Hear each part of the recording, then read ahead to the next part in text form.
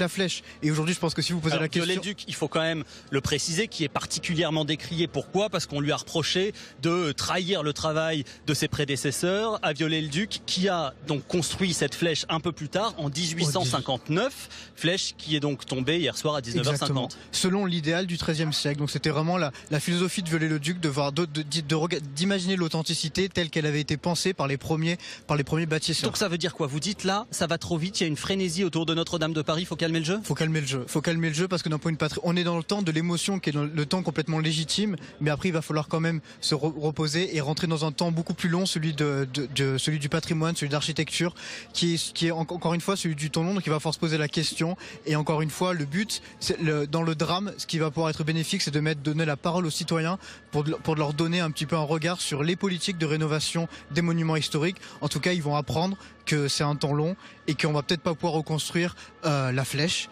même si c'est relativement polémique. Mais en tout cas, la discussion de la flèche, je pense, va être un sujet sensible. Chaque chose en son temps. Donc on a vu fleurir sur le net des cagnottes aussi, puisque la question de l'argent se pose, et plus que jamais en ce moment. Il y a des montants énormes qui sont donnés. Emmanuel Macron a annoncé hier la mise en place d'une souscription pour rebâtir cette cathédrale. Des appels aux dons ont été lancés. Pinault a donné 100 millions, LVMH 200 millions, L'Oréal 200 millions, Total 100 millions. Bref, on est sur une surenchère de millions. Là encore, c'est trop d'argent, c'est trop tôt. C'est pas trop d'argent, mais il faut pas que ce soit contre-productif. C'est-à-dire que... Pourquoi ça peut être contre-productif ? Ça peut être contre-productif parce que si on se met à reconstruire de façon identique sans se poser la question de l'authenticité, on va peut-être pouvoir apparaître des choses qu'il va falloir de suite redétruire parce qu'ils ne respectent pas le cahier des charges de la législation en termes de monuments historiques, des normes et des pratiques liées à l'esprit du Dieu, et surtout à l'aune du phénomène culturel et d'appropriation qu'a Notre-Dame de Paris. La question de la flèche, je pense, va être relativement problématique. Alors il y a aussi certains historiens de l'art, des défenseurs et des spécialistes du patrimoine qui sont en colère. Et justement, tous ces dons, ils résonnent aussi avec le manque de moyens. Un manque de moyens qu'ils dénoncent. Écoutez Alexandre Gady, historien de l'art, qui a dit ça sur France Info. On est toujours dans le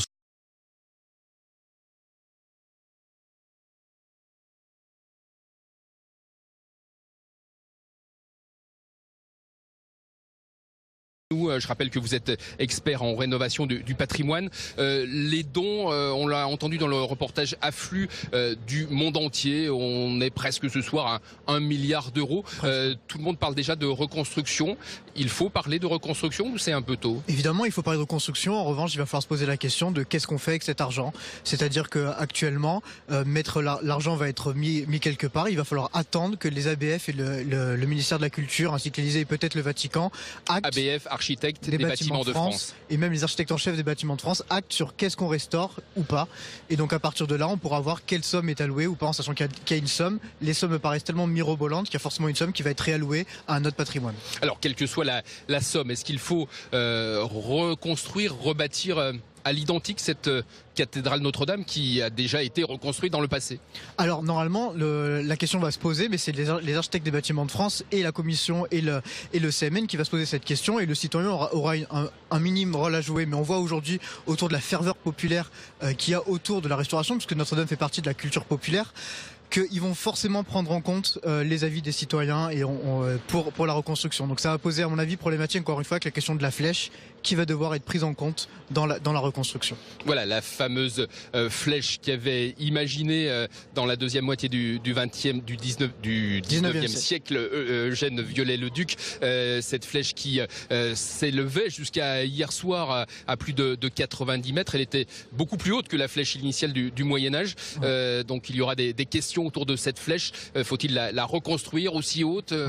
Disons que les architectes des bâtiments de France vont se poser la question, est-ce qu'on reste Notre-Dame de Paris par rapport à ce qu'elle était au XIIIe siècle, donc avec une flèche beaucoup plus petite? Est-ce qu'on va refaire après une flèche qui a été aussi un clocher durant la période historique, qui a été donc reconstruite par Viollet-le-Duc, et donc les architectes la qualifié de monstruosité, donc pour dire un petit peu à quel point ce sujet est sensible. Et aujourd'hui, malheureusement, donc elle s'est effondrée hier. Donc va se poser la question. Mais aujourd'hui, je pense que dans le collectif, dans la pensée collective, la flèche est incontournable de cette reconstruction. Mais là, en tout cas, la reconstruction de l'identique va être une question qui va devoir se poser et qui s'effectuera sur un temps long. Pardon. La question va se poser également pour la charpente, cette charpente ancestrale qui était en bois de chêne. Faut-il reconstruire la charpente en bois, en chêne ou en béton, par exemple, comme ce fut le cas à la cathédrale de Reims? Si on peut la reconstruire à l'identique, je pense que les ABF prendront pour cette solution. Mais là, d'après ce qu'on a entendu depuis hier, la plupart des corps de métier disent que trouver des charpentes aussi grandes et des arbres aussi grands, c'est aujourd'hui impossible, ça n'existe plus. Donc reconstruire la charpente telle qu'elle était avec la forêt, oui. Mais aujourd'hui, et c'est tout l'intérêt d'avoir cette discussion autour de l'authenticité et du patrimoine, rien n'empêche aux architectes des bâtiments de France de refaire une verrière en verre, comme on peut avoir la pyramide au musée du Louvre, par exemple. Aujourd'hui. Et selon vous, les travaux vont durer combien de temps? On parle de plusieurs années, c'est quoi? C'est 10 ans, 15 ans? Honnêtement, on peut pas savoir. C'est-à-dire que même si on reconstruit à l'identique, ça prendra des décennies. Et si on décide de faire différemment... Alors vous parliez des architectes en chef des bâtiments de France, il y a aussi les spécialistes, les historiens de l'art, spécialistes du patrimoine qui estiment que les budgets aujourd'hui sont insuffisants pour faire face aux nombreux lieux ou pas. Il y a un problème de budget en France pour... entretenir, restaurer ce patrimoine? La principale problématique aujourd'hui, elle n'est pas tant sur la qualité des restaurations, mais sur la quantité de monuments historiques. C'est qu'aujourd'hui en France, on a à peu près, comme je le disais tout à l'heure, un peu plus de 45 000 monuments historiques, 43 000 monuments historiques. Donc c'est pas tant. Aujourd'hui, il faut plus revoir qu'est-ce qu'on classifie ou pas, parce qu'on retomberait ici dans des débats très patrimoniaux. Mais aujourd'hui, qu'est-ce qui fait patrimoine est la question la plus importante. Voilà, Franck Riester, le ministre de la Culture, devra répondre notamment à ces questions. Sylvain Colombero, merci d'avoir été avec nous.